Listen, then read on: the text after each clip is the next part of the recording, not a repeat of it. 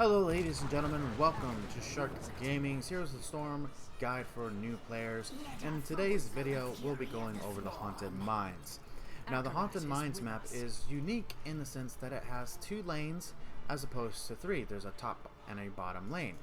It also is unique as that it has a secondary map or a second level which is called the Mines, hence the name Haunted Mines.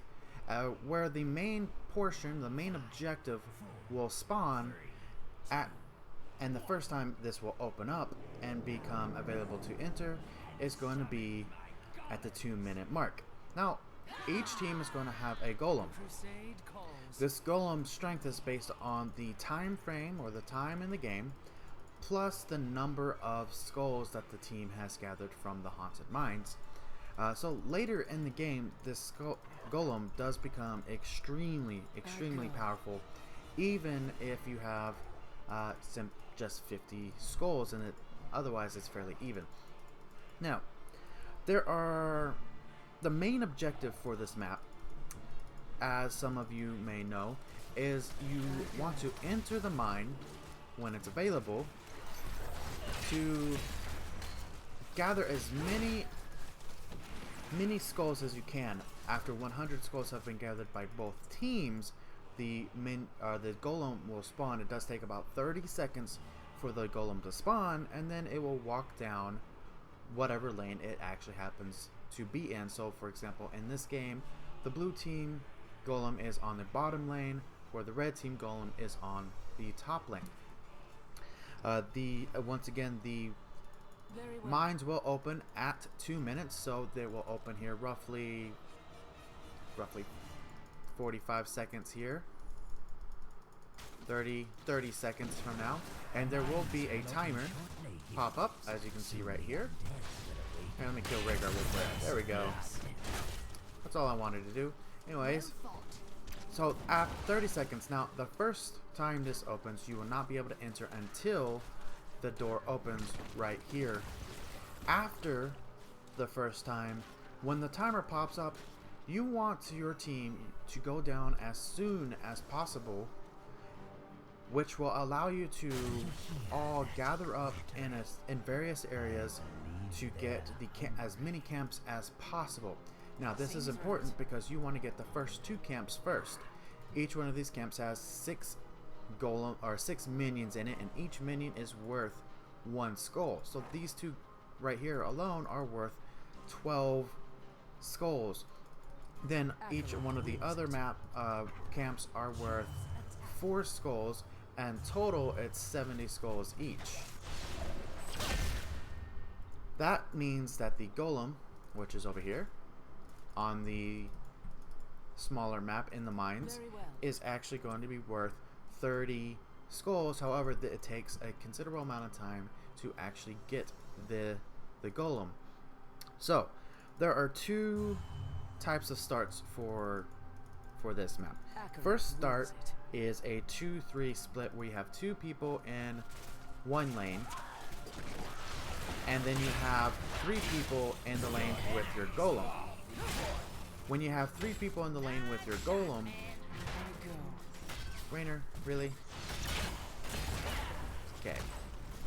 Anyways, when you have 2 people in the lane with your golem, the goal is, no matter what, to try and push the golem or push your lane down as quickly as possible, which allows you to silly bots. Bots are so silly.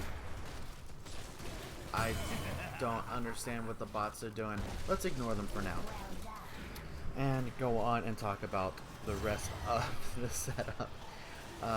That was actually a really good example of trying to get the golem in the early game and how dangerous it can be, which I'll talk about here in a second.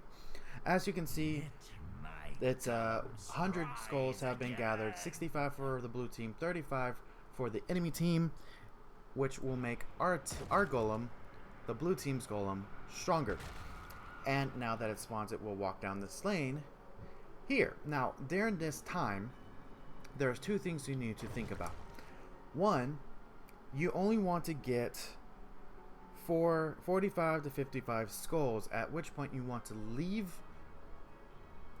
the haunted mines, leave the mines to go get the camps. Now, there are two ideas, two concepts that have been going on during this for the past, I'm not even sure, probably since this map has come out.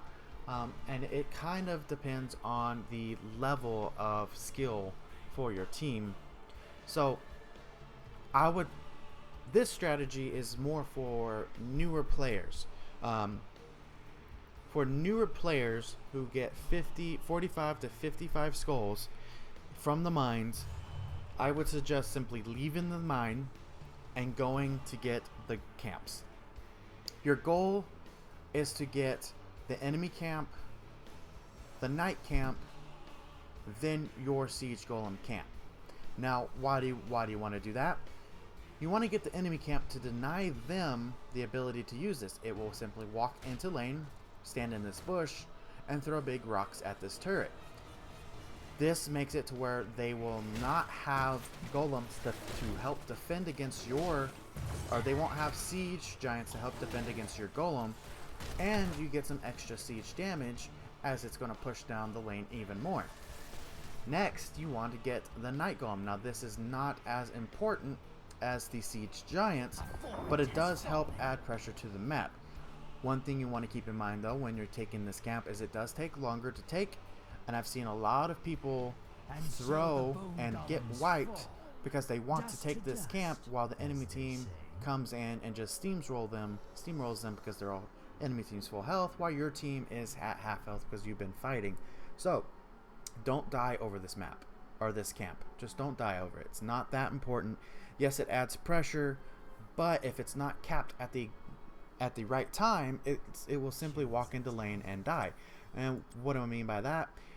If the siege golem isn't past the entrance, it is very likely that the golem will drop the roots on the ground that will cause it to stall and kill everything in the lane.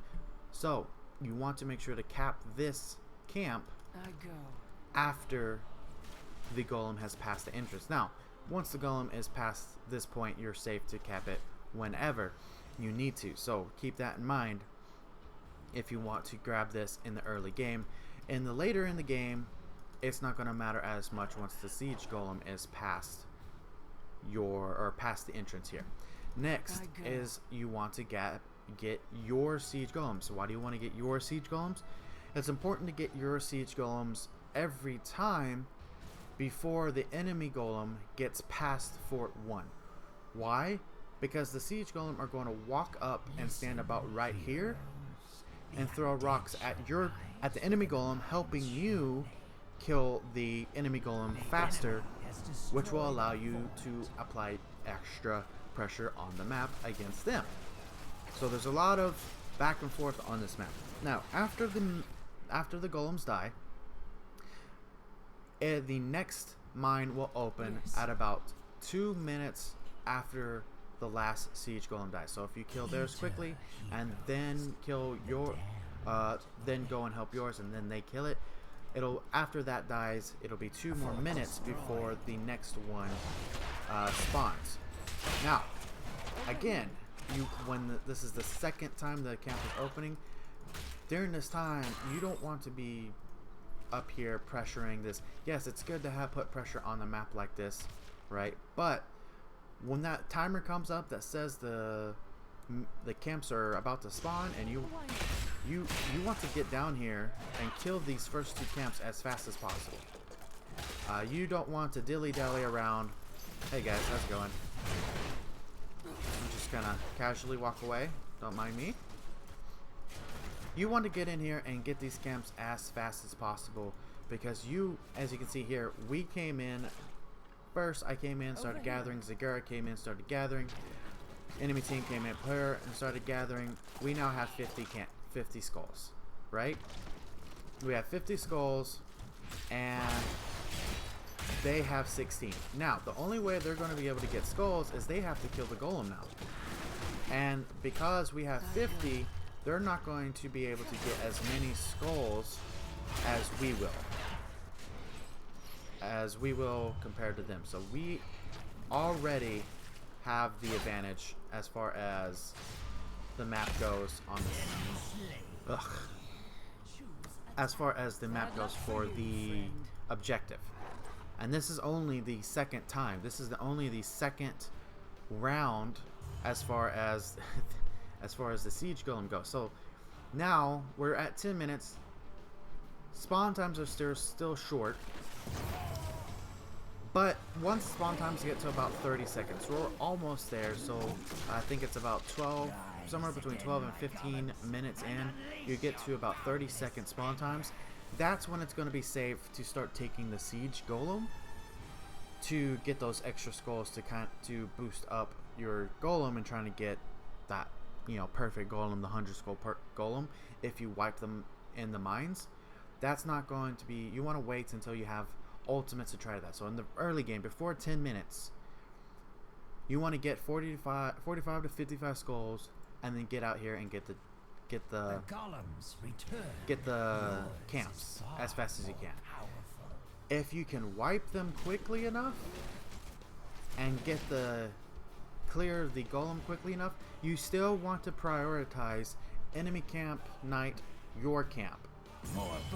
And the reason for that is the same. By grabbing their camp, you're going to deny it for them. It's going to help you push down their map, their objectives. By grabbing the siege knights, it's going to put pressure on the map in another area, forcing them to defend on two fronts. And then, of course, grabbing the siege golems. At this point, the siege golems would have still been helping push this down, and their golem would not have made it very far. Still not going to make it as far as our golem. Our golem is already taking out their fort with only a Zagara there to help, whereas their golem is already dead and all it had was Vala taking it out. So that's a couple of things to keep in mind there as well. Now, let's see. Really, that's going to be about it. So back to the common starts that I got interrupted because I got distracted. There are two main starts, are 2 and 3.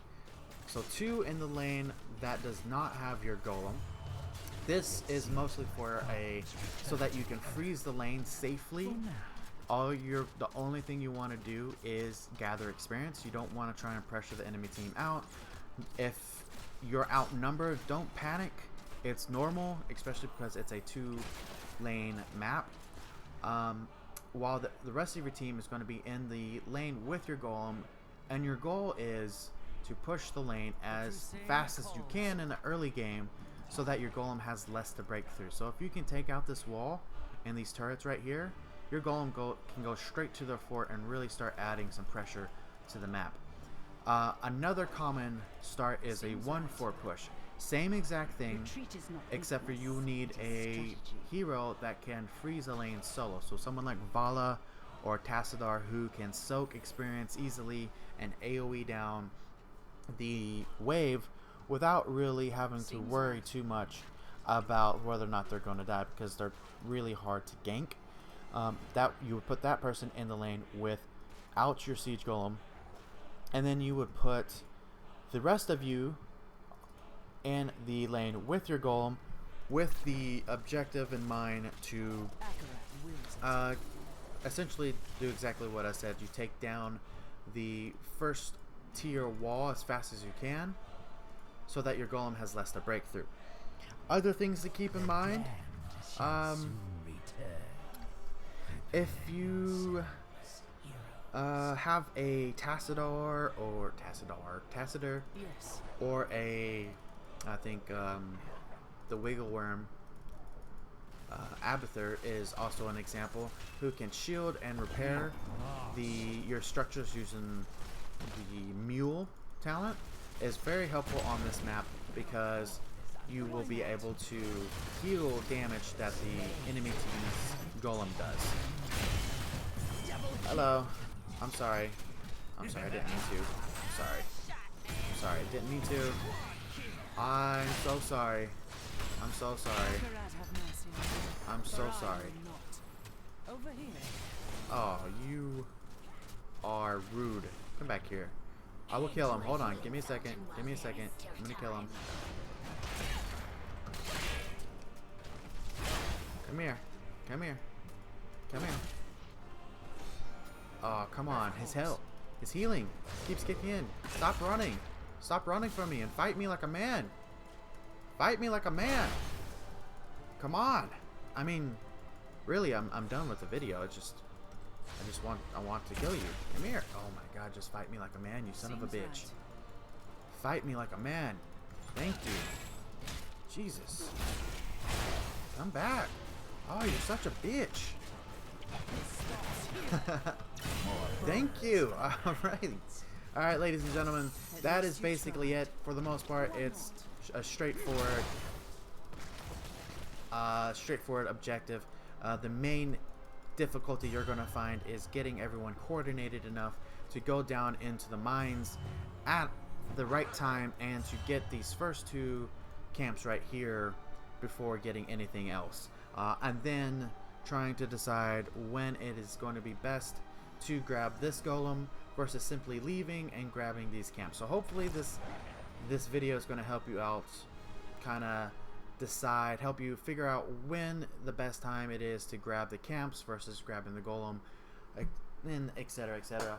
Other than that, ladies and gentlemen, I am going to be working on a similar video for every other map, and if this is helpful for you, come back and check them out later on as I finish more guides just like this one. Also, on top of that, I am working on a guide specifically for countering or playing against stealth. It is being a little bit more difficult because I will need someone to help me with that, but I am setting that up as well, so look forward to that video as well. Other than that, ladies and gentlemen, if you enjoyed the video, hit the thumbs up, leave some comments below. If you have any questions or need anything clarified, I'd be happy to answer that as well. If you are a veteran player and you've watched this video and you think I missed something, or you have a strategy that is unique to yourself that works out very well, leave that down in the bottom below as well, so that we can spread the knowledge basically for our new players.